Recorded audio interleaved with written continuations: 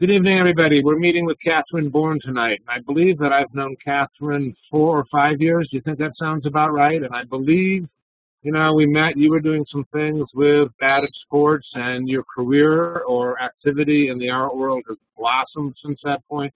It'd be interesting. I sort of like tracing some of this history, so that if you could take, 60, 90 seconds to explain how you got from there to here, and then take it away from there, that'd be great. Kathryn. And I'll tie it into social media as well, because that was a big part of it. Well, my background is that I'm an artist and a writer, and majored in creative writing and English in school, and got out of school and had to start working a regular job, so I got into technology, and that was my trade for 10 years, but always made art, and always was working along those lines. And then I started writing about art, and I did, like Paul said, connect with the guys who did Bad at Sports. And at the time, this was 2004, I think, and podcasts were pretty new. It was pretty new technology, and so I was working with them, and I worked as a publicist within technology, and really kind of was excited about the potential of some of that, and kept that in my hat, and I did some PR work for them in the arts. And then I kept writing, and I kept working with people in different groups, and my big break, really, if there was a break, was Alicia Eller was looking for a blogger to do Chicago Now, which was this new thing that the Chicago Tribune was doing. And I kind of knew there was going to be some mistaken identity, because Alan Artner had just been laid off, and everybody was looking at Alicia Eller. And when Alicia Eller came to me, I knew that was going to be a pretty prominent spot. And I'm sure it was the 15th art critic they asked to do it, but I was the one who said yes. And that's where I did my first training in social media, and this was a little over 2 years ago. After 6 months, I didn't renew my contract because I wanted to do my own thing. And I created Chicago Art Map, which is, it's going to be a little technical, but it's a Google Map API-based system, which means the back of it is Google Maps, and that's a software layer on top of it, and it shows every gallery, and you can sort it and filter it and search it. And then I started Chicago Art Magazine right on the heels of that. So the software works with the website. And what I had started to do through Chicago Now was that what was so interesting is that if you know me through Facebook, and a lot of the names look familiar, so I know some of you, I'll show you my profile, but I've got 4,000 friends, so I'm kind of at that tip of how many more people I can get. And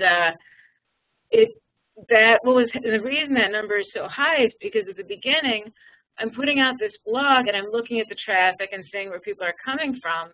And back then, I think, 50% were coming from Facebook or something crazy. So I wanted to grow my audience, and I thought, well, why don't we just grow Facebook? And that kind of is where it really got to be it started getting pretty big pretty fast. And for a long, long time, Facebook became still 50% of where the traffic was coming from. Obviously, though, I expanded out into other things. I did a lot of stuff with Twitter. I started working with other sites. Even within Facebook, I started doing Facebook groups, a Facebook page, all these different things.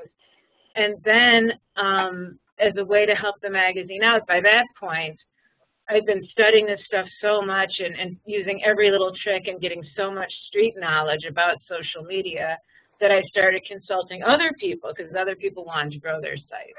And so to this day, I still do a lot of marketing consulting, social media consulting, and then along with the magazines just being magazines, I'm also a publicist who has a media outlet that I can use at my disposal.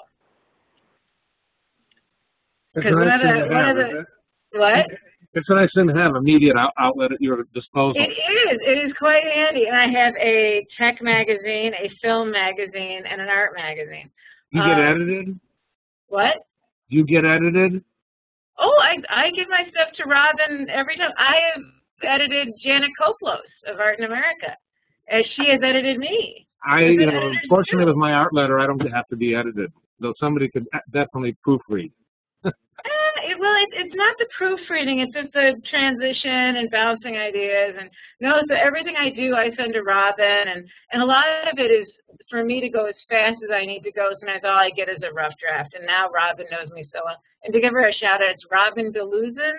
She's a wonderful artist and a great editor. And at this point, I can just toss it over to her as a rough draft, and she'll clean it up and get it up there. Cool. Yeah, so I have a team. So anyway, so can we get started on social media? Go for it. I will teach you what I know. And so this is where I start talking fast. One of the things that is sort of a little bit of the assumption is a lot of people are doing stuff about social media. And this is what I call advanced topics in social media. So I'm not going to talk about creating a Facebook profile because one assumption is that you already know Facebook and you already have a profile. But from there, I want to show you how these things could be bigger, how they could be automated in some ways if they're just taking too much of your time, how they could reach more people. And what you'll see this little presentation ties in with a lot is branding and marketing. And so to piggyback on something you said, Paul, you said, oh, be my friend on Facebook. A lot of us started our Facebook profiles as something for friends and family. We started putting a lot of personal information on there and information we wouldn't want we wouldn't want strangers to see. And one of the first things I did when I, let's call it professionalized my Facebook profile was, I remember the day I did it. If you look, I'll show you can we look at my Facebook profile? I did that. All you have to do is click on share my desktop and then we can see that. Okay. And I think we get to see everything on your desktop. So, I closed a lot of windows and got all the pirate software out of there. Cool. I'm just kidding. So this is, can you guys see my profile? Yes. Okay. So this is let's do the anatomy of my Facebook profile. One interesting thing you'll see is that, now my brother is there, but he's a big social guy. If we look at my profile, I can't see it in this view, but it says married and it doesn't say to whom. I actually have a Facebook profile that has my married name, has pictures of my kids, and connects with aunts and uncles and relatives in Wisconsin. It's not this profile. This profile, when it became my quote-unquote professional Facebook profile, I took the pictures of the kids off it. I took my birthday off it. Like, I have a web birthday, which is Valentine's Day, and that's not my real birthday because you have to think a little bit about ID and stuff like that. But it really became a Facebook profile that was designed for social media. And one of the things that, if you're doing this little presentation, it's something that you're thinking about, and it's something I really, some of this presentation is stepping back and thinking about these tools and what you want to do with them. And if by the end of this you look around and you say, yes, I want to grow my social network following through Facebook, I want to get more friends, I want to do more with it, one of the things you might think about doing is starting a second profile. They're free. One thing we'll talk about a little later is your name, because some people have terribly common names and Facebook is a difficult place for them to play. But that said, I have 4,173 friends, and before, oh, there we go. Okay, so we'll do that later. I won't get sidetracked. But what I do is, so now I'm going to show you how I connect this with Chicago Art Magazine. For me, having 3 magazines, I was spending a lot of time pushing out my content, and I want to show you one cool little trick that I do. So this is my feed, and if you look, I want to find a good example. This one right here. Okay, can you guys see my mouse move? Yes. Okay, so look at this right here, network blogs. So when I was talking about automating, one of the things that I'm a big fan of and why I have a WordPress thing that I invite everybody to come to on Friday is that when your site is built on WordPress, it has all these amazing, robust tools that you can just snap into it. So one of the things that I do is Chicago Art Magazine is this very simple WordPress blog, and then I hook up a thing called Network Blog. So if you have a blog, And you would like it that every single time you update and put in a blog post about a show or a new piece of art, which I recommend. You know, one thing we're going to talk about a little bit about is content. Because social media, at the end of the day, is about content, and what we are as artists is content makers with the images we make and our announcements at our shows. So if you got to the point where you just wanted that to be something that runs automatically, I want to show you this. And the reason I'm jumping in with network blogs is I was doing a test run of this for students, and I said, what did I teach you that you didn't know before? And they said, we didn't know network blogs. So network blogs is inside Facebook. So if you look and you go here, then this is a tool right there. And I'm not going to go through the whole thing. You can always write to me offline and I'll help you. But through this tool here is how you can do a thing called syndication. And that's going to just pump everything out from your blog onto WordPress. Onto Facebook. So like Paul, that could apply to you too, is every time you have a new announcement, every time you've uploaded something, even if you're busy, you don't have time to be on Facebook all the time, it could be automatically popping it out. Now, I want to show you, and then I'm going to pause and we'll take some questions, but the other tool, because I speak on social media a lot and I do a lot of panels, and I'm going to show you something, and everybody writes this down, and this company owes me quite a bit of money because I probably referred them a lot of business. But people look at my tweet feed, my Twitter feed, and they say, how did you get all these people? And the answer is this tool. This is called Tweet Adder. It's $50 and you pay for it once and it helps you forever. Let me show you how it works. Tweet Adder. This is like the devil's software right here. But as the guys who made Twitter said, they said good people use spam software and spammers don't always use the software. So this stuff has a bad reputation because a lot of spammers did use it, but it's actually incredibly, incredibly helpful, and it's all work. This is my Twitter feed. My Twitter feed got called Shy Art Machine, which is a little long story I won't get into. But what Tweet Adder does that's fairly amazing is you follow. Say you want to do Paul-Klein. You think Paul-Klein's the man, and you want to follow his Twitter feed. You would say followers of a user, and you would type in Paul-Klein. It would find all his friends, all the people that are following him. And then, I'm not going to get into this too much, but what it does is it follows people. Now, there's a lot of rules with Twitter, so I'm not going to get into the rules. I'm just going to do a broad overview. It follows people systematically. They're on this list. Let's say follow Paul, or you would say follow, you'd go to my Shy Art Machine feed. It follows 200 people a day, and some of those people will follow you back and some of them won't. When they don't follow you back after a week, it unfollows them, and it's called churn.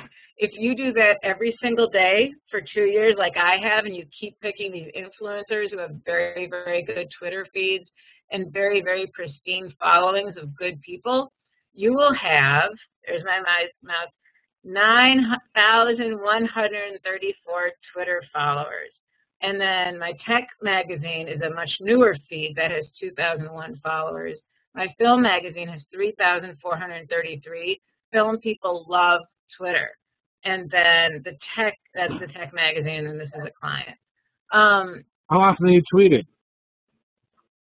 It's all automated. It's all automated. So let's go to Chicago Art Magazine. So Chicago Art Magazine, remember when I was showing you how network blogs shoot things out to Facebook? Well, it also shoots things out to Twitter. So to answer your question, how often do I Twitter? Never. I never put things on Twitter. Yeah, but how often does something show up on Twitter? Every single time I make a post. I know, but is that multiple times a day? No, it's about it's probably about 7 a week. I also use this tool, if you guys are familiar with TweetDeck. It's loading up now.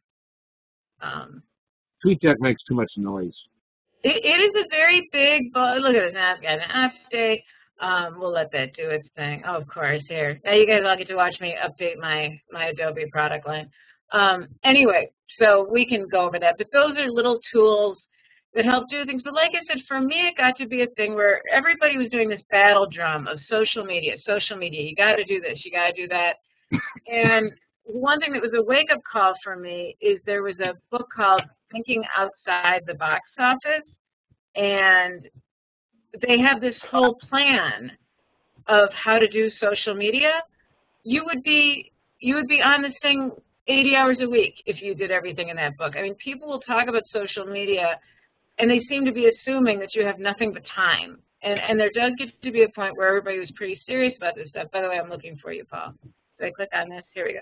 That when people get serious about social media, it starts eating their time. And it becomes this thing where you want to start simplifying it.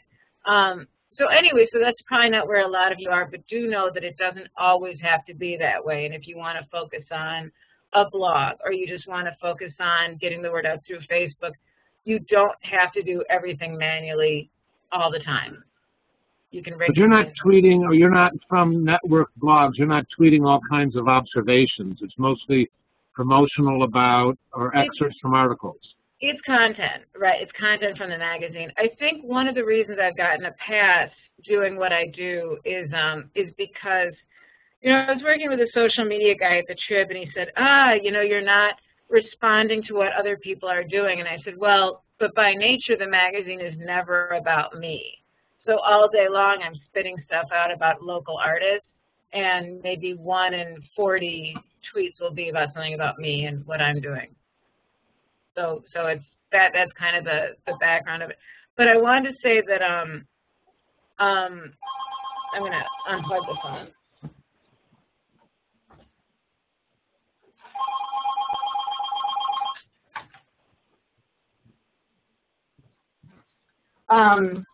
So anyway, what I think is interesting though, and why I'm kind of belaboring Facebook for you guys though, is that, you know, having 4,000 friends, and I screen them all, so they have to be visual artists. Also, interestingly, I have a different feed for each magazine, so I could show you my tech magazine feed, which is not the Kathryn Born feed. They're all different feeds, because when I have a feed on Facebook, it's only about visual art. So I never go off topic. I never talk about my kids. For artists, Facebook is really amazing. Like if we can go back to that, and I bring up a window, like I'll show you, if we look at my Facebook feed on a normal day. Sorry, every time I'm bringing my thing, it goes, go away, toolbar. Okay. So you'll see I have a very heavy art thing. So here's this guy, Kevin Kent. He's a photographer. Here's Maureen Brill. That's just a picture of her cat. But I bet if we went through, we're going to find art. And one of the best things that artists can do is they put stuff on their thing. Like let's see, who's an artist who's really good about putting up stuff about their art? Would you say Jason Bramer? He's good. I was thinking Peter Reginato. Okay. But Jason's good. So here we go. So look at, so when you're an artist and you're putting your work up there, look at how, if I dare say, pretty, you know, that is. I mean, for all of us who are in media, and all of us who are, you know, friends with people who are influential or collectors, I mean, your stuff is right there on their feed. You know, so every time I turn on Facebook, I see stuff, and what Facebook does, it's so amazing, and it makes it so easy to look at art that people are doing.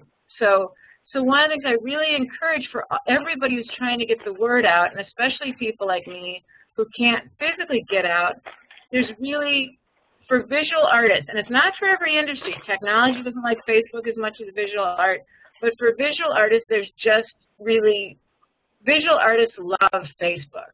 And there's a really, really strong community, and there are tons of people who will be your friend and will friend you just because you're making art. So anyway, so what we can talk about and go on a little tangent, answer questions is, do people want to know about growing? Oh, sorry, I'm going to say one thing and then we'll stop. Is the difference, and you might be asking, why do I have a Facebook profile and not a Facebook page?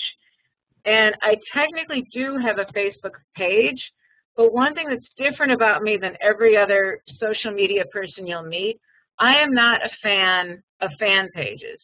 And the reason I'm against fan pages is that they just can't do much. Because what I've done is I've reached out to a lot of people. People have reached out to me. And as soon as I'm behind a Facebook page like this, I can't do anything. I can't find new people. I can't respond to them. I can't, pass things along as well as I'd like to. It's just, they're very anemic to me. And now for most clients that I work with, they're really stuck. The company has to have a Facebook page, but artists are really unique in that their profile can absolutely positively do all the heavy lifting of social media because it's got these thumbnails. You can do it as a profile, and the art community is so strong on Facebook. So that's why I've dedicated so much of this webinar just to talk about Facebook, because Facebook for visual art is, if you're going to do one type of social media, I encourage that.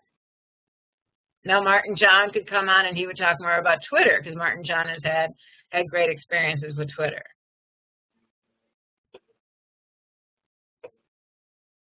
I'm going to talk about other things. Does anybody want to ask any questions? Lynn had a question. Lynn, you want to ask it? Unmute yourself.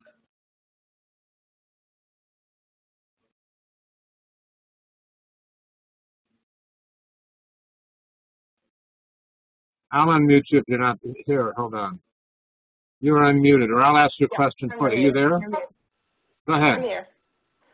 I've heard that Facebook owns all content posted to it. And are there copyright implications? Granted, a snapshot is not the same as the actual artwork, but how do you feel about that? I'm a little nervous, but no, it's so funny, because when you do panels, you're with the same people over and over, and whenever somebody brings up the copyright question, we always kind of laugh because it's so hard to get attention for your work. The greatest thing in the world would be if somebody really huge took your work, because with all these electronic systems, there's such a strong paper trail. Like if you're watching the Casey Anthony thing, they were looking at what she was Googling. So if it ever got down to something, you've got this huge electronic paper trail that happens. There's been huge cases of people taking other people's work, and the train always goes back to who it was originally.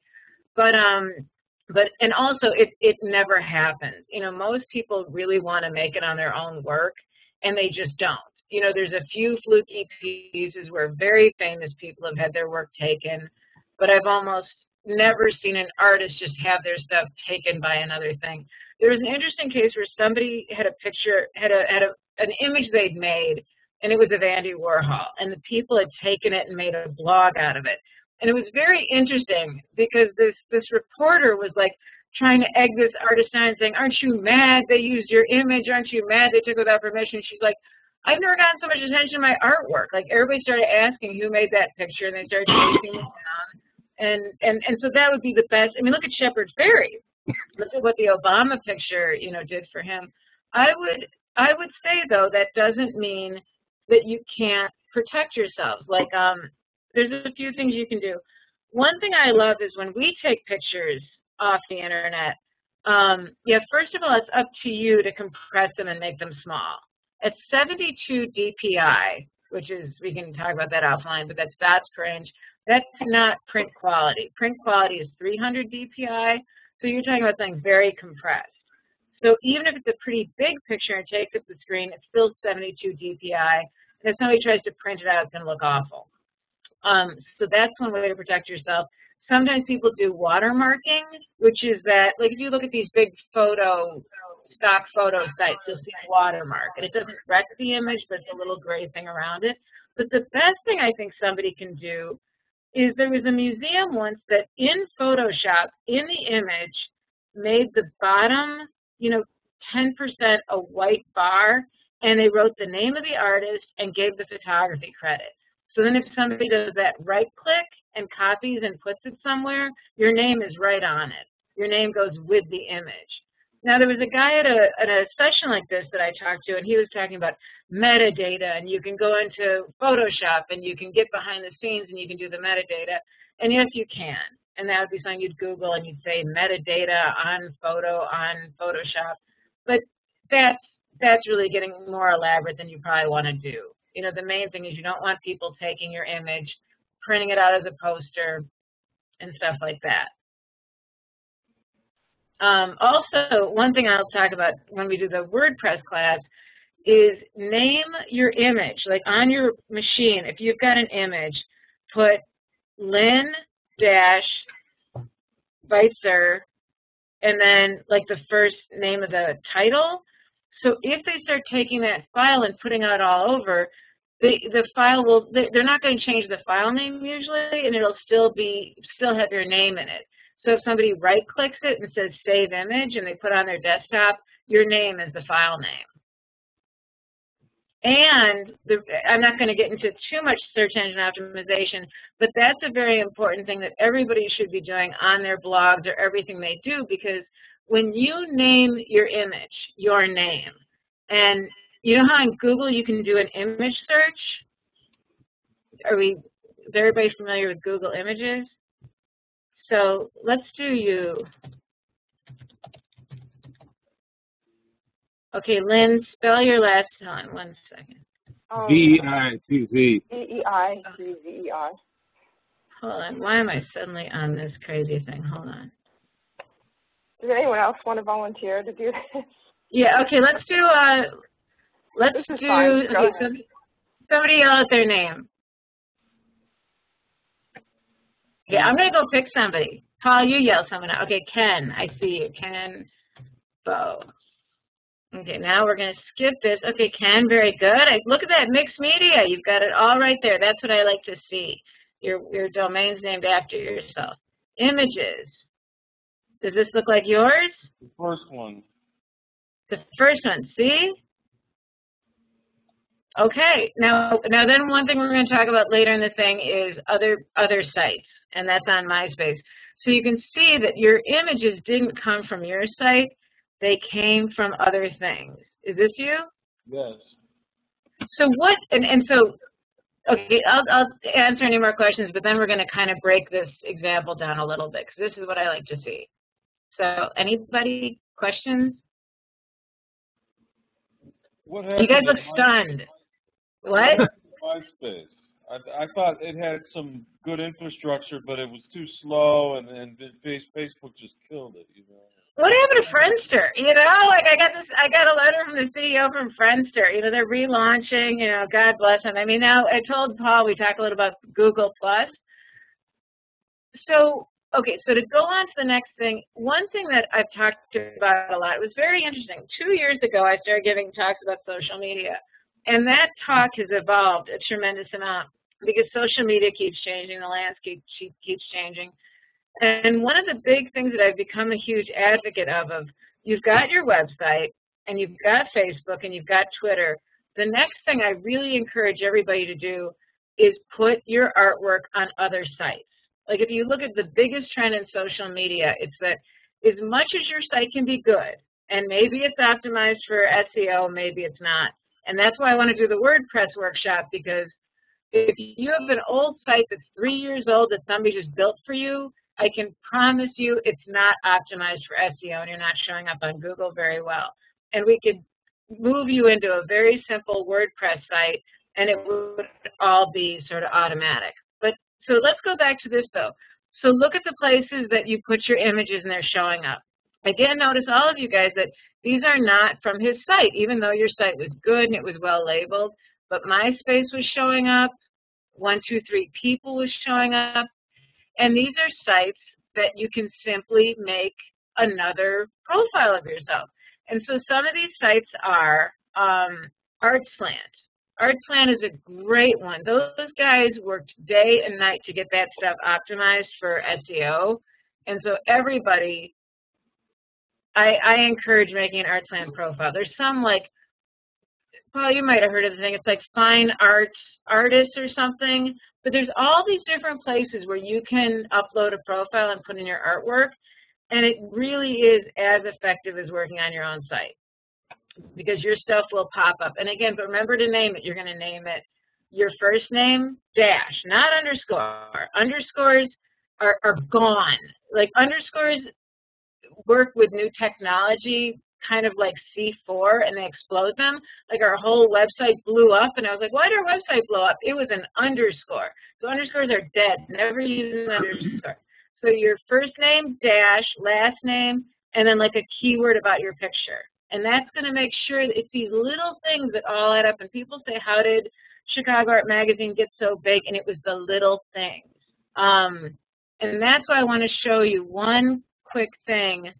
I want to show you the back end of Chicago Art Magazine and why these sites are powerful and what you can do and how we do the things and how we got to be as big as we got, because it was all these stupid little things that I was really fanatic on, and no matter who was uploading, there were certain rules. And, okay, the Afrofuturism piece. Now we're going to look at the piece, but I want to show you, in the system that we use, and again, this is WordPress, but there's a few things that we do. One is that when you're putting in titles, and we'll talk about content and time management in a minute, but if you're into blogging or you have a WordPress blog or you're posting, putting in, like the title of this, they want to do, are you ready to alter your destiny? Well, that's not going to be something that if people are looking things up on Google, that's not going to help them find us. If somebody's looking for their destiny, then they're going to find an article they don't want. So we made sure the title somewhere read Chicago and Afrofuturism, because that's what this article was about. Then the writer's name right there. Now, I would do that in, sorry, little fastidious here. I'd put her at least as a heading, because Google cares about what's in the heading. More importantly, categories. We've got categories. I've got the word Chicago quite a bit. But here's the most important thing, tags. This is why people find us. Most people who find Chicago Art Magazine find it because they were searching the internet and they found us. So they were looking for, you know, Marcus Garvey. They were looking for Black Earth Ensemble. We write about some things that aren't really well known. So we're not going to show up in a search for Public Enemy. We might, like now we'll probably show up for Chicago Afrofuturism. So there's tags and there's things like that. This kind of stuff on an old-fashioned site, you would have to pay $2,000 to get an SEO person to look at your site and make it that easy to make sure you've got that a direct smoke signal to Google, so Google finds you. So that's why I'm doing this WordPress thing, because having a website that's got the infrastructure that makes this possible is so important. And to go back to one more screenshot, one thing I want to show you guys is when you have a good website and you're posting links, see these little thumbnails? If you don't have the right website and you don't have things a certain way, that link's not going to work right, the thumbnail's not going to work right. So there was an artist, and I really liked her work, and I wanted to put it on Facebook, and I just couldn't make the image come up. And it just didn't work. Her site was old-fashioned. It looked nice on the surface, but it just didn't come up. And I just want to show you that, because her site really looked good. The artwork looked good, but there was nothing. I'm just going to look for this for one more second, and I'm going to stop. The reason I'm not seeing it is because I'm looking for her for a thumbnail, and it's not there. But anyway, that's what happens if it's not the right kind of site. Is you can't put in the link, and you can't put in this. Like if you notice, this link doesn't go to the homepage of Chicago Art Magazine. It goes to the blog post. So anyway, so it goes to the next one. Why am I talking so much about blogging? And I've done entire lectures on this book. This book is great. This is the book that like taught me everything. It's called Content Strategy for the Web. But what's happening now with marketing and everything else is that There is no social media without content. And as I was saying earlier, as artists, we are very, very good content makers. So whereas normal people can't really get on Facebook and promote their bicycle shop or something like that, we can, because we're churning out images, we're churning out ideas, we're churning out thoughts, and you'll never really get much activity through social media if you're not generating content. But so for normal people, it's very hard. They don't create content. But with artists, we've got the tiger by the tail, because we're just making so much content, and we can just be churning stuff out, 2 times a week. You could have an image, you can have a detailed photo of that image, you could have a little paragraph about why you made that piece.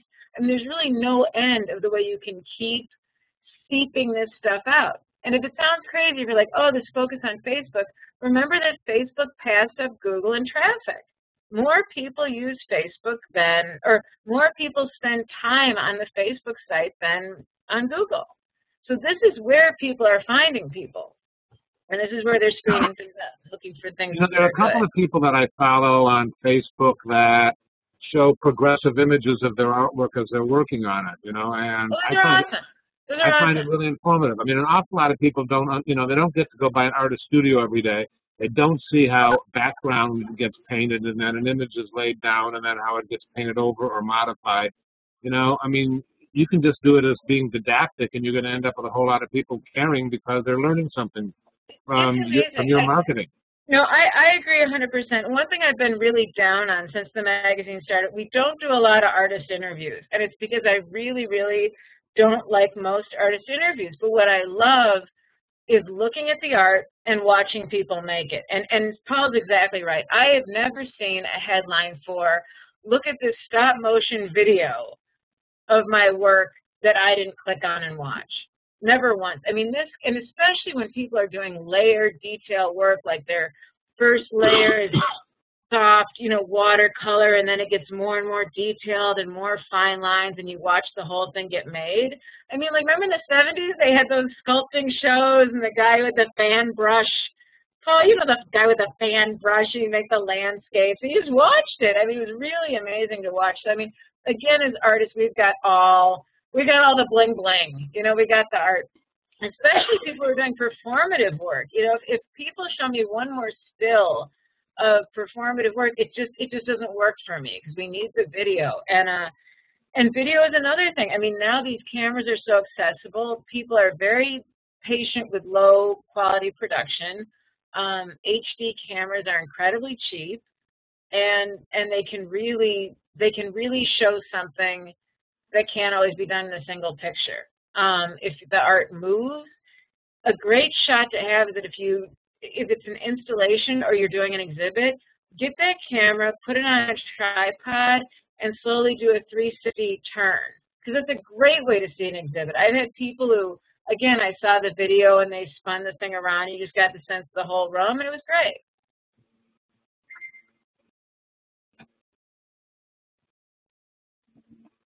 It's so funny looking at all your little heads. You guys all look stunned. I know you're not stunned, you're all just looking at the screen. So let's take a little question break. You guys know how to unmute yourselves. Go ahead. I have a question. This is Lauren Brown. Hi, Lauren. Hello. Thank you for being here tonight. How do you stay so organized? It seems like you have a lot going on, and I need organization, and I need structure and things. It helps me think. Notepad. No, I know. I'm crazy about Notepad. Yeah. A daily chart where you do like. Oh yeah. No, I'll show you some of it. So what I have a whole system. So here's Google Docs. I live and die by Google Docs. And so here's one that's called To Do. So there's a To Do Excel sheet. Then there's To Do Notes, and then usually there's a thing called Today. So then so I start at the top and I move it down, and then there's color coding, and I basically take a look at burning issues, and then I take a look at, and I basically look at what I can do in one day, and then do as much as I can. The more urgent ones go back in red, and yeah, no, I do have a lot going on, and I do have to stay incredibly organized, and and do things. So yeah, what I do, it's a little bit like packing for a trip in that I know when I'm in the heat of the moment, I'm not going to know what to pack. And so if up to a week before, I just have a notepad with everything I think of to bring, then when I'm in panic mode, I just follow the list. I like turn off my stress and I just follow the list and don't even think about it, and it's either on the list or it's not, and I'm not trying to think about what to pack anymore. So it's like that, because when I sit down, I've got 5 hours to work, I've got 15 hours ahead of me, I can't spend a minute floundering. So I've got my list and I just cherry pick through the 10 things that made it onto the urgent list. That's huge. But automating things really helped a lot, because I'm not joking with the magazines. Doing things on Facebook was so tough because there's certain times a day that people look. So I was kind of trying to make a mental note. Oh, it's 7 o'clock, get on Facebook and post something. At 9 o'clock in the morning, get on Facebook and post something. And it was just sort of this little nagging thing that was kind of a distraction. And to have that kind of taken care of was huge. You know, there's a lot of purists who will say, well, when you do a Twitter feed, you really want to change it so it's conducive to Twitter. That's absolutely true. They really craft that 140 characters and they really work on it. But I think there's so much said about social media and so much hype. And the reason that I'm doing this advanced topics thing is people have started doing these things and these things aren't working. But the simple things that I think you can really do, like I said, if you have a Facebook presence that's really designed to help build an audience, you know, if you're feeling like that looks self-promotional or stuff like that, then really take a look at people who are posting on there. You know, I don't like it when people post on my wall, but if you look at the artists out there and how they're doing it, if posting on Facebook is self-promotional, then everybody's doing it. You know, I think Facebook made it socially acceptable to put your stuff up, because all you're doing is you're sharing it with your friends, but very subtly you're making more friends. I mean, you look at people like me who have sort of these monster feeds, or you look at people and you see they've got 1,000 people, you start to see a lot of people in common. And they're just people who are on the scene, they're local, they like art. You know, like what I do, I'm not trying to grow my friendships anymore, because now, as you can see, every time I get on Facebook, there's requests.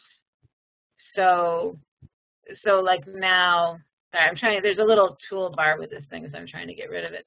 But see, like, so you guys are probably this, but every time I log on, there's stuff. But like I said, it's a fantastic way. But back when I was trying to grow it, I would read an article about an artist I like, or I would, you know, become friends with a person and look at the suggestions, look at their profile, ask, are they an artist? Are they showing their work? Are they using Facebook to promote their work? And then become their friends. You know, and I never go back and look at who I asked to be friends and who said yes and who didn't, you know. I'm not overdoing it. You know, you might want to write a little personalized note and say, that looked great, I love the picture with the fish. And then they know that it's not spam and you actually looked at their profile. But building that community of artists, you know, like when you're saying about staying organized and stuff, one of the big things for me that happened when I started having kids is I couldn't go out. You know, people had said to me, you're never going to make it, and you're never going to have a magazine, you're never going to have opportunities if you're not going to those cocktail parties. And I was like, well, this sucks. I don't drink. I don't go out at night. How am I going to do this? And the truth is, so much happens online. You know, when we do our ad sales, we got off the phone and we're just doing things online. Because if people don't answer their emails, they're not going to do an ad on a digital site. So the digital world is incredibly efficient. Like for example, Paul doing this thing, I didn't have to leave. This only takes the time that we do the webinar. I was with my kids 10 minutes before we start, and I'll be with my kids 10 minutes when we're done. So there's something so incredibly efficient and broad. The other thing, in terms of advanced topics in social media, there's a lot of talk about how to do this, but when you have a really robust Facebook profile, you can export those names into a mailing list. Does anybody watching this know that you can export your friends from Facebook into a mailing list? It's a big thing. And how do we do that? I think my phone's doing it automatically, but I'd like to know how it's done. Well, there's one simple way, and in fact, let me quickly, and I'm not going to try to do it because I can't get into my Yahoo thing right now. I can't remember my password, but exporting Facebook Yahoo Mail. It's through Yahoo. Okay. See if this is the article. Yes, this is it.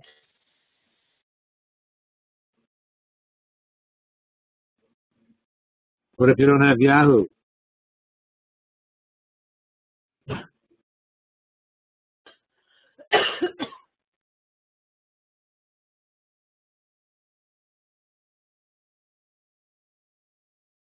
Kathryn, you're frozen. I don't know if you can hear me or not.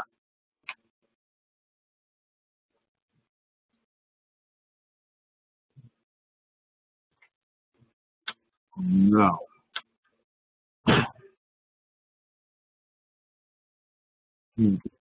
Logo. You log into Facebook, and then you basically say export all. And then it says, do you want that as an Excel spreadsheet? Why? Well, yes, I do want that as an Excel spreadsheet. And there you go.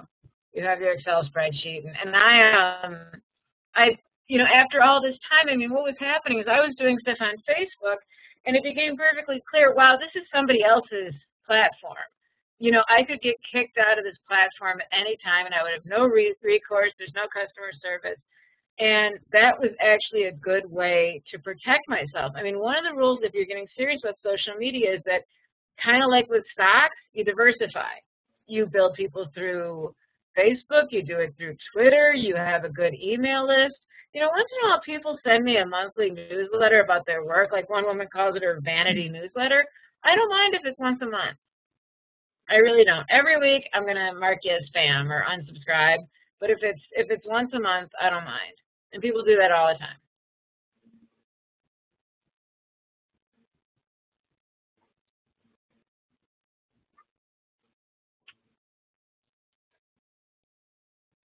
It's like I'm looking at you, Paul. Ew. So where are you guys in the process? I mean, that's always the question. Where are you guys stuck? Are you thinking that you want to use Facebook? Do you have hesitations about Facebook? Have you been watching this going, no, I'm not going to do that with Facebook? Do you not want to start a second profile? Do you know, what are some of the hesitations? Let me ask a question. So you've got two profiles that are both individual personal profiles, but you can also have how many different kinds of categories are there on Facebook? You can have a fan page, right? Well, you can have a group. It's very complicated. And as I was saying when I did a test run of this speech, we're in the house of Facebook. Zuckerberg runs the joint, and we have very little recourse. So here's an example. So I've got this, and I've got the Chicago Art Machine Facebook thing. Now, if you want to see another me, this is another profile. Now, this is the film magazine. This is Chicago DIY Film. It's a fake person. It's a profile. So I'm going a little fast, but I'm just going to kind of knock it out. So this is DIY Film profile. And again, you can see that network blogs. You can see that I'm pumping out stuff from the magazine. So this is all. So I have a whole other magazine that you guys don't even see because I'm trying to keep my feed clean. Then I've got my page version of this because some people don't want friend requests and they like the page. So the page does the same thing. I've got it pumping out through network blogs, and the page looks very similar, but it's actually a totally different animal. Remember, it's a page and not a profile. Then, to get more complicated, you've got this nightmare, groups. Now, you guys are a group, and you guys started your group, your KAW group, knowing how groups work. I started my group a year and a half ago, and we worked so hard. We worked and got 2,961 members in that group. And when I wrote people a message, it went into their inbox, and our traffic would go through the roof. One day, I opened up my Facebook, and I saw this. This group is scheduled to be archived. Over the next few months, Facebook will be archiving all groups. And we got screwed. Because what's going to happen, one of these days, I'm going to send this out, And Facebook is going to turn around and they're going to make it where every single one of these 2,961 people can email each other. And everybody's going to unsubscribe the moment they do it because somebody's going to hit reply all. So again, what do we do? With me doing this professionally, like people are like, oh, you're on Facebook all the time. It's like, I get paid to say things on Facebook. It's a paid spot for the magazine.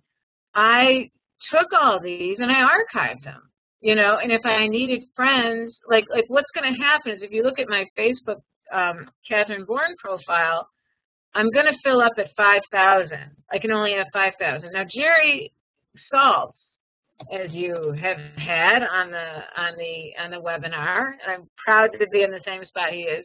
What Jerry Saltz does is he's got 5,000 going at all times, 4,982.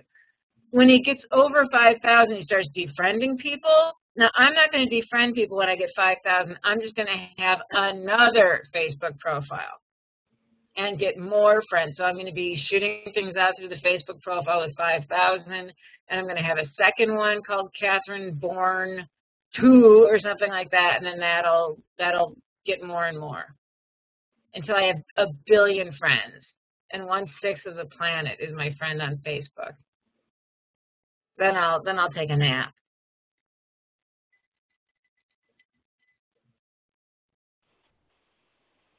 Kathryn, yeah, I can see you. Hi. Hi, Kathryn. This is Alyssa. I have a specific question regarding separating your Facebook. I chose not to separate it in the beginning, and I'm still on the fence. I already have my blog pumped to my Facebook page, but I can select which ones go there and which ones do not. I also don't have another name, but I could definitely just make it artist or something of the sort. I guess I don't understand essentially what the advantages are. I try to keep the page looking as professional as possible, and maybe even less personal as a result in the choice of not creating a second page. Right, right. Well, then that's a great example of when you would just keep one. What I see is if somebody is like, here's a good example, because with the magazine, pretty much everybody has to be my friend. It's the way we communicate. We were doing a lot on social media over the summer. And I'll have people back in the day, they'd miss a deadline, and on Facebook, so they'd write and say, oh, you know, I'm so sick, I've got this terrible flu. And then on Facebook, they're saying they got drunk. You know, like, not good. So if you're using your Facebook as a semi-professional thing and you're not, like, you know what it is. People say ridiculous things on Facebook. They're talking about their personal problems. The other thing people are doing wrong on a Facebook feed that's making it not a good professional thing, they're Facebooking stuff all the time. They're Facebooking about their lunch. They've got feeds about their dog. You know what I mean? It gets to be too much, and that's when even I started not defriending people, but you know how you can make it where you don't see their feeds. So that's the thing, is that if you're really cultivating an audience through Facebook, then you've got to keep, you know, once in a while I'll say a personal thing, but I really keep it to about literally 5% of what I'm doing. Just because I feel like people they come to me and they want news. And so that would be the only thing, is that you don't, say you met an art dealer and you really wanted that person to represent you, you have to always make sure then that Facebook feed never says anything that's going to hurt your brand. And like one thing we didn't get into that we just didn't have time for is that Facebook has been the biggest exercise in personal branding in the history of the world. We've never talked about personal brands. We've always thought about brands as they're associated with a product. But when we're talking about Facebook, it really is. It's like if you think about a brand as this consistent thing of, like, when you do brand messaging, you think about 3 words that describe you. And then you make sure everything is consistent. Your art is consistent with it. Your behavior is consistent with it. What do you say on Facebook is consistent. that's where Facebook can be brand building, and it can be a very strong professional tool. If, you know, like one thing that was hard for me is that with Facebook and the magazine, I've had, you know, I had a couple employees that we went our separate ways, and it was really heartbreaking. You know, it didn't work out. We didn't do that. And I had to go back on Facebook and be like, oh, we're all excited about this next article, you know, because Facebook isn't a place where I share my feelings. I had a friend die last fall, and I never mentioned it on Facebook because that's not, there's sort of a character that I create online, and it's not a perfect character, but I'm pretty consistent with that in everything I do. And so that's, and because I post a lot, it has to be, for the people I want this feed to be landing for, it has to be extremely informative. And my assumption is people don't really care much about me, and they don't want to hear about my life. They just want to hear about what I know about art, because that's my brand. My brand is that I have this encyclopedic knowledge of the Chicago scene. So that's where it gets into, like, the real advanced topics for social media is brand marketing, and then how that seeps into your social media feed. If you want, there's one book in the world written about personal branding, and it's very funny, the name of the book, and you can tell what it's for. The book was called How to Find a Husband When You're Over 35 Years of Age, or something like that. We can find it right now. Let's see, Amazon. I can't believe I'm bringing this up, but this has a point. How to Find a Husband. Did you already have one? Well, this is the story. So I read this book 16 months before I got married. I read the book, I got through the first chapter, and I said, I'm going to get married, and I was married 16 months later. I have given this book to my friends, and they have not gotten married and had this luck. But the reason I bring up this book by Rachel Greenwald is she studied marketing at Harvard and studied branding and marketing, and she writes this book about how a person has this brand, and it's this brand you put on your Match.com profile, and it's this way you literally think of yourself as a product, and you market yourself online through online dating. And it's the only book I've ever seen that talks about a person as a brand. But she really does that. You take this exercise just like companies do, where you have 3 words that really describe you. You look objectively at how you want to be seen and what you are, and you find that middle ground, and then that becomes your branding image, and then everything is consistent. Like the best personal brand, he doesn't mean to do it, he's not doing it consciously, but you guys probably all know Tony Fitzpatrick through Paul's stuff. Tony Fitzpatrick has the most consistent brand I've ever seen. It's very much this mix of, like, he's the art guy and he's the regular guy. And if you look at the stuff he does, his art is consistent with that. What he says is consistent with that. His blog is consistent with that. And it's just this package that's just this really seamless package. And so that's the kind of stuff you see with personal branding, is that there's nothing that's inconsistent with the brand. So that's the only thing with only having one profile, is that if you feel like being inconsistent with your brand, you know, and you want to keep passing around, and I'm just saying for most artists it doesn't matter if they pass around their aunt's kids a little bit, but, and most people on Facebook do, frankly. There's very few people like me, but I use my Facebook thing as a microblog, and it's meant to be a page entertaining. So, but I've seen other artists, and they're pretty serious about it, and every show is there, and I look at their feed very closely, partially because there's just no nonsense.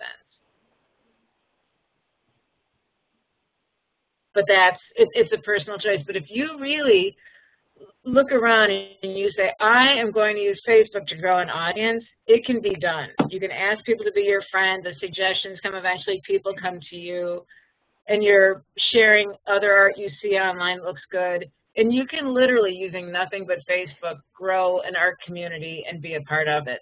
And you'll start seeing the traffic on your site, and watch the analytics. You will get, you know, I mean, I've been working for 2 years, but realistically, if you were on Facebook every day doing one post a day, uploading stuff twice a week, you could get 500 hits a week to your site, which is a lot, which sounds like nothing, but it's actually a tremendous amount. And the more people hit your site, the better you show up on Google. More questions, people. So, yeah.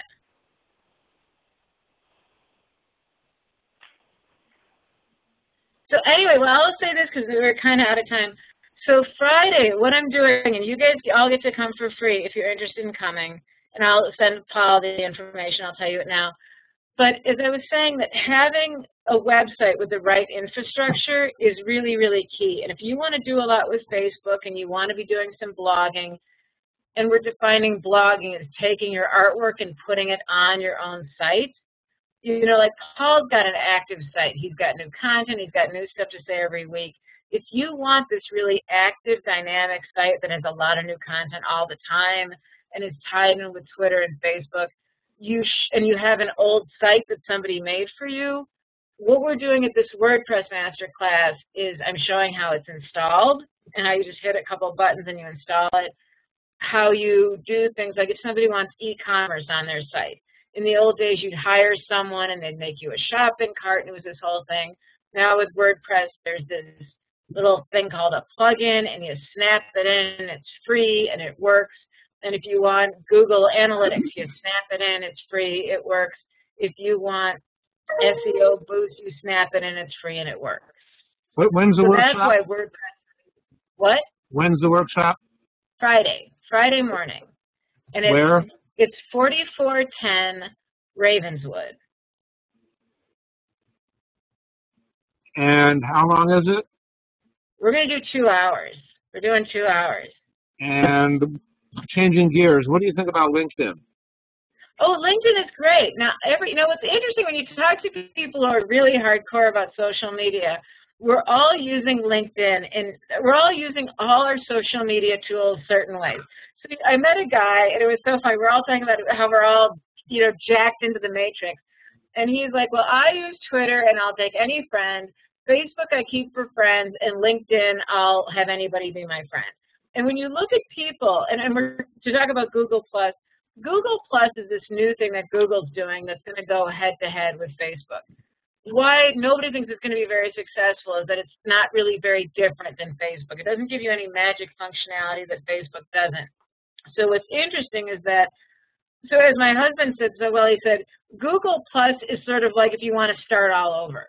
So like what you guys can do, and just write down the word Google+ because you're going to hear a lot more in the next couple of weeks. You're going to start to get invites. But what Google+ could be is if you didn't want that second Facebook profile, from the very beginning, you start using Google as a way to harvest an art community. So I use everything differently. For me, I use LinkedIn as a communication tool with all my business people. So if an artist asks to be my friend on LinkedIn, I actually generally say no, because Facebook is where I'm friends with artists I don't know. But LinkedIn, if this sounds terrible to say, I can tell you guys because we're all buddies here, but if I think somebody is someone who is a good business contact for me to have, I will friend them. So this profile, so for this one I've got, you know, oh, and then, but then again, WordPress here. Look at what you can do with WordPress. You can snap in WordPress. I can't quite find it now, but my WordPress account is snapped in, and my Twitter account is snapped into all this stuff too. But what's amazing, so say, I just want to show you one quick thing. What people don't realize about LinkedIn is that, so say you want to do, like Lynn's going to talk about art consultants. And I was like, Lynn, I can't find any art consultants. But you can go into search, and then I did advanced, and you could say title,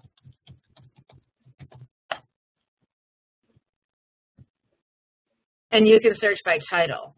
So that's what people, it took me a long time to really connect that you could search by title. So if you wanted like literary agent, but you don't need to know their name, and that is where LinkedIn is completely unique from Facebook.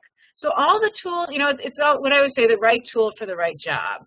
I have a client where I have the login for his thing, and I just got him 500 friends in a week because we realized that for what he was doing, the right tool for the right job was going to be LinkedIn. So LinkedIn's great. And there's always going to be something new.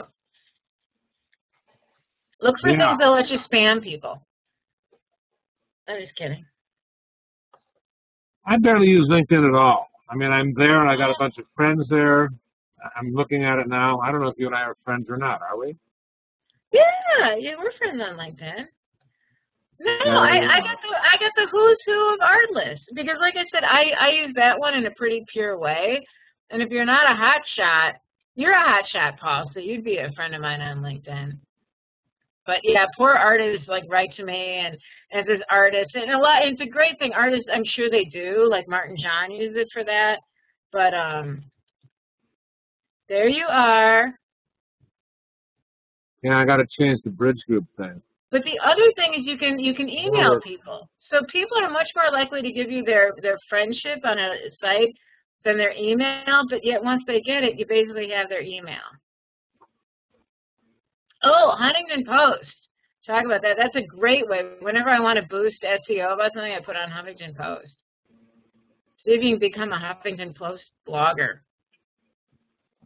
Like I said, other people's sites. I can't emphasize enough that you want to be on other people's sites. And a site I love, if you have a show coming up, I just lost my thing, is you'll notice every single thing we do goes on this site, Windy Citizen. And I want to just, I'll show you one last site. Windy Citizen, I put every single article, if you look at tech, these all, like, we're the only people posting to tech. So, like, here's our stuff over and over. The last thing I'll show you is Stumble Upon. Every time you have a piece of art, like, get an account. Stumble Upon is this site, if you're ever bored, it can just show you random stuff. And then you can nominate your stuff so it goes into the pile of random stuff if people want to look at it. So make a note of Stumble Upon and look at how that works. I recommend every time you have a web page, put on Stumble Upon, especially for your catchier work. Somebody asked about the cost of WordPress. It's free, right? Mm-hmm. You pay for your domain, you pay for hosting, but WordPress is free. And templates, which are things that make the site look like a real website, are you pay once and they can be $35. Like if anybody wants it, like what we're going to do in the WordPress class is there's a thing called Elegant Themes, and I paid once. I paid $35 once, and this takes a simple WordPress blog and makes it look like that or that or that. These WordPress themes are incredible because you really, people didn't realize that Chicago Art Magazine was just a $75 template, but it was.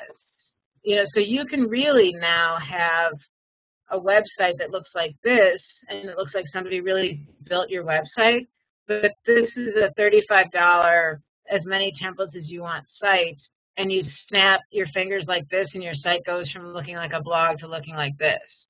So what we're going to do on Friday is show how you could have a site, and within 10 minutes, it will look like this. And then the only thing I'll say is if you want a very simple static site, you want a site that you build and you never touch again, then I would not recommend WordPress. That's the one type of person I never recommend WordPress for, is if you want to make a site and not touch it for months at a time, then don't do WordPress. Marty asked about using Dreamweaver to create templates for WordPress. Oh, don't do that. Don't do that. That's where you're going to, like, that's what we did. When we started, we were like, we're going to learn PHP, and we're going to make templates. And I, did this class where this kid was like, well, I feel like artists should make all their own stuff, so I feel like I can make a template. These templates, they've gotten rid of the bugs. I mean, like, are you going to really learn PHP and make a template? No, you're not. You got to use somebody else's. There are so many. Like what I did. But you could, couldn't you? I mean, Marty says, she's a pro on Dreamweaver. I want to make my own site. No, and the reason I say no is because it's going to have, like, this is where you're going to get stuck. Like, I've got this crappy template for the tech magazine, and if you do it right, remember when I was showing you those thumbnails in Facebook? Well, if your site doesn't work just right, it's not going to make those stupid thumbnails. So it's like, not only do I want a theme that somebody else made, I want a theme that somebody made in the last year. Because like what I'm going to do with Chicago Art Magazine is that theme is now about 3 years old, and it's getting really, really stale. And there's a lot of new tools and a lot of new features that are coming out every month, and that template is falling behind. So I'm holding on to it for reasons I don't want to get into, because there's a thing with captions and images, but that template has to go. So what I'm going to do at some point, like it's going to be the fall, probably not this fall, but the next fall, and everybody's going to come back September 1st, and Chicago Art Magazine is going to look totally different. Within, and sorry, this is what I'll get into in the WordPress thing, but within these themes, you can change. People don't realize how much they can change. So, and this is the last thing I'm going to say, because I'm stepping on Lynn. I'm really stepping on Lynn's thing. It's 8:15. But this color here, all this stuff you see is customizable. And if you want to do real customization, you can get a guy to make any change you want, but you start with the basis of what somebody else built. Because they make these all day long. These are made by teams. These are made by very, very good professional developers. So no, I'm not into making your own. Let me ask you a question about your thing on Friday. Can we bring our laptops and do work while we're learning about it, or are we just sitting there and taking notes? I'm really going through it fast. What we might, so the answer is we're sort of, I mean, you can bring a laptop, but I sort of recommend that one's almost a presentation. But if people want, we will have, the problem is it's going to be a little slow because there'd be a few of us, but I would like to sit like 5 people down who want a website, get WordPress installed. Like Paul, for you, if you've got WordPress, then you could bring it and you could sort of play along, and if you get a little bored, you can just muck around a little bit. But for people who don't have it set up at all, it's not, like my provider, it takes like, I press one button and it installs it for me, but the cost of that is it takes a day. So for other people, what we're going to do is have a sit-down workshop with 5 people, and everybody's got WordPress installed, and then we pick out the template, we download it, we install it, and we literally put all these plugins in, and we literally get it working. But that's more the workshop. This is more about the full range of what WordPress can do.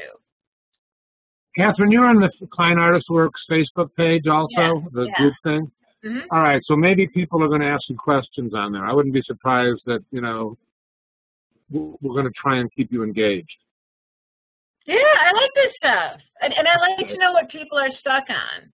Like, that's why I like the questions and I like talking to people, because it's easy for me to spit stuff out. But if you're listening to this and thinking, oh, no, I'd never do that, that's what I need to know. So. All right, so can you pass back, if you go up to the top bar, maybe I can just grab it. Return. But I just, return to, whoops. Kathryn Born. Is it me now? Did I take it back? I see your face. No. Change role to.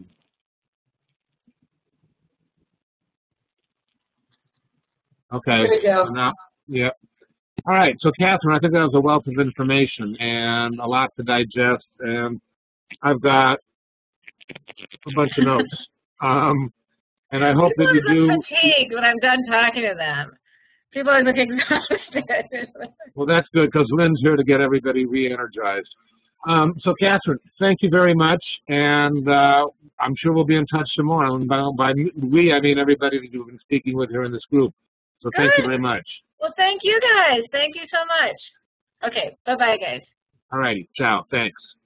Ciao. All right, I'm ending this recording. Copy.